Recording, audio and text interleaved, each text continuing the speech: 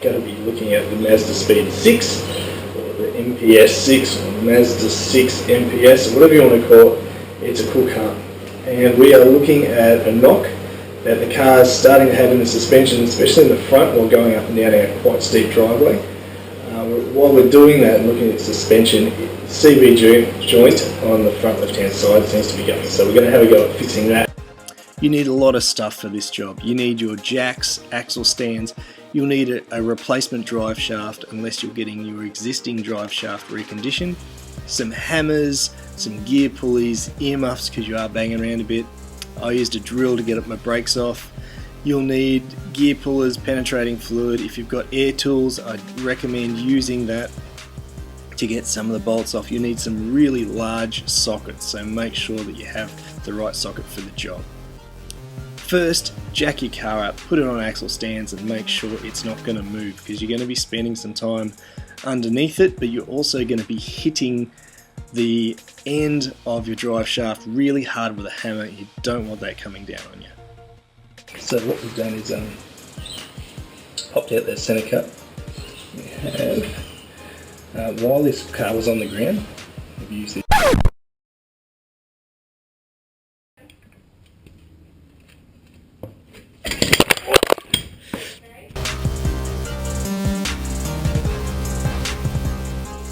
So what you really need to do is make sure that the car is on the ground.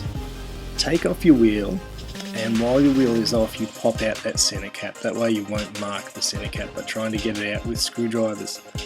Put the wheel back on, drop down the car, and now the hole from the center cap is where you can then place your socket. While the car is then on the ground with a couple of bolts done up, you can put your socket on it and get the leverage you need to crack that giant nut that is holding on your drive shaft. It will be hard. Expect it to be hard. Use an extension bar of some sort, and you can use that to break that initial seal. Before you do that, you will notice that you need to hammer out a small part of the nut that is there just to stop it spinning. Use a screwdriver and a mallet and punch that out. Then you can undo that quite easily. As you can see now, we can spin that. We've taken the wheel off, and now we can get out the major nut, which gives us access to the end of the drive shaft. Then, because of the brakes, I decided to remove the discs. To do that, you need to take off the calipers. This is so that when we bang on the end of the drive shaft, we don't risk damage the actual disc itself or any of the brake mechanism. Yeah. Then I'll put the brakes on a box and give that a bit of a bang with a mallet, and it should come off quite easily.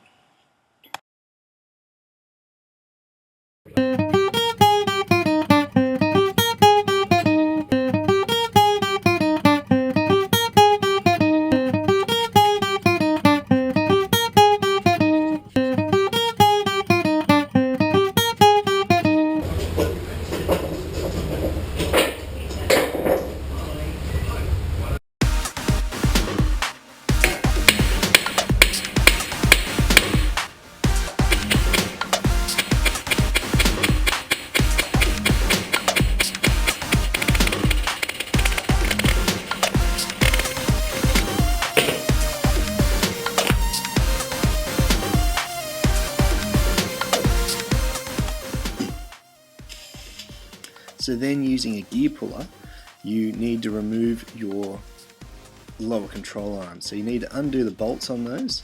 You will need a breaker bar and a large sort of socket set for that. Once you've got the actual nuts off, use your gear puller to push them out of their fittings. This may take some time, it's a little bit fiddly. Once you've done that though, then you're ready to pop the rest of your drive shaft out. Once again, using your gear puller, make sure your wheel is turned so you're not pushing it straight back into the gearbox, and then you'll be able to push that out and you're ready to remove the other end.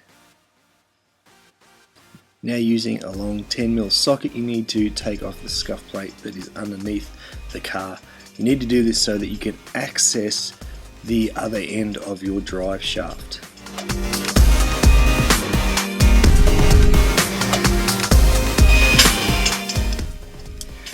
Now you can just see the end of the drive shaft that goes into the gearbox. Using a pry bar, you need to then separate the drive shaft from the gearbox. You do this by twisting the drive shaft once you've got your pry bar in there and giving it a little wobble. What you're looking for is the connection. There's a little gasket in there that you need to get the right angle to pop it out. So don't just reef on it on any angle. Just spin, give it a little wiggle, spin that a little bit more until you actually feel that pop out. Once that pops out, you'll feel the whole thing move a bit, and then you pull your drive shaft out.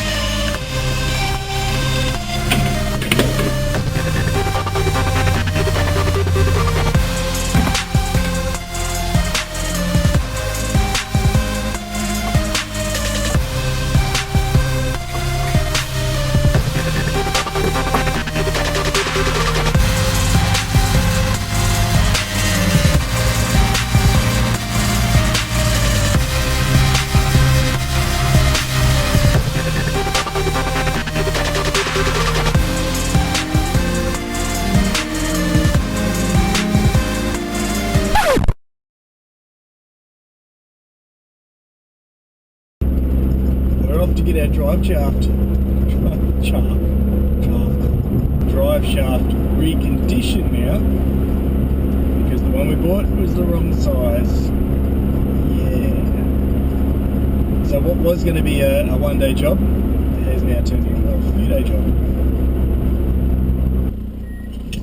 Let's go see what we can do.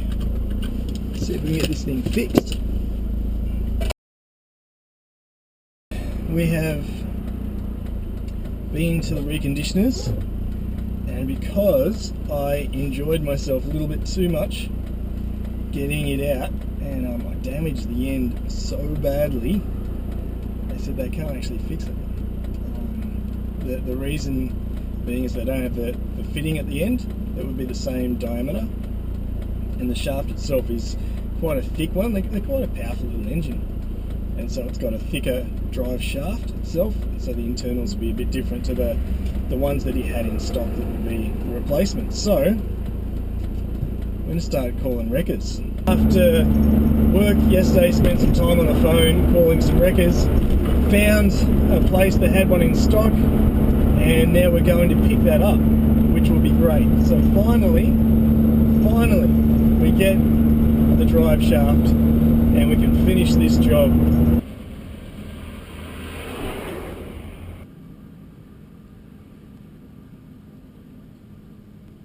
The drive shaft for the Mazda is here. Now we get to put it back on. It took a lot longer than what we thought. So now we get to put our drive shaft back in. You put it up over top of the lower control arms, feeding it through the pins there, and then twisting it to try and find where the teeth will fit. You will need to give it a bit of a forceful push to get it in. I just tried, as you can see here, turning it and pushing it, turning and pushing until I found the right setting where I was able to get that to click in nice and firm. I had pulled some of the brake assembly out of the way, but now that it was in, seated into the gearbox, we're able to then fit the other end. As you can see, it's sitting in there quite nicely. We have a few taps with a socket on the end, and then we turn the steering wheel so it was straight in line with the gearbox, and it pretty much just fitted and slid straight in without any force at all. Then we started doing it up with our large socket, and it was good. Sorted that up to a building. And now you work your lower control arms into place, put the nuts on and screw them up so they're ready to go. So usually they don't, sometimes they spin when you try and get them off. That's a good thing.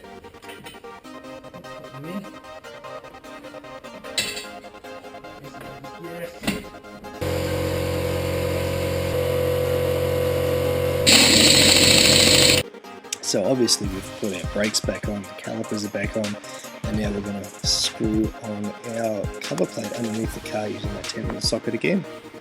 So now take your car off the axle stands, lower it down, and then you're ready to really torque up that main nut as tight as you can, not forgetting to hammer in that little punch so that it can't spin. Do your wheels up and you're good. So it all seems to be running really well. There's no issues with that. Just easing it in still, taking it very easy. I've got no reasons to think that it's not going to be working perfectly.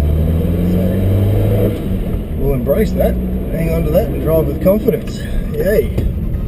And there we have it, Driveshaft is fixed. That was a lot harder than what we thought it was going to be. What should have been maybe an hour, if you're starting off 2 hours worth of work, turned out to be a week, simply because the parts weren't right. The new driveshaft that we ordered wasn't right, the replacement, reconditioned one that we went to get that redone couldn't be done because we damaged the end, and we ended up getting one from the wreckers. So fingers crossed it doesn't have a huge amount of Ks on it and it works. That's where we're at with our driveshaft installation.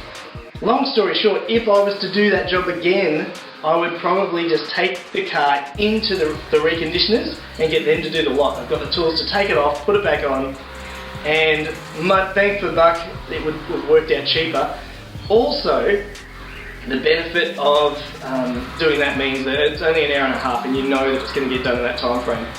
The exception would be if you need the car for something else. So just say you're going on a long trip, you've decided that your CV joint needs repairing right there, then you might remove the drive shaft, take that in, come back, do some other work on the car if you need that to be done straight away, then pick up the drive shaft later and put that in. That may be the exception to that story if you need to do other jobs on the car, but reconditioners, they're probably going to take an hour to 2 hours to get the entire job done, if it's booked in and if they're not busy. Obviously there's other factors in there, but it would be a lot quicker and cheaper to get them to do it rather than following what I've done in this video.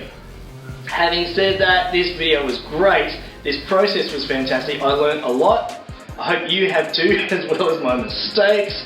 Make sure you don't put an extension bar on your major lever. That leads to no knuckles. So keep it nice and close to the socket when you undo it. I hope you enjoyed the video, and we'll see you next time when I think we're putting on a brand new exhaust. Which would be great. See you then.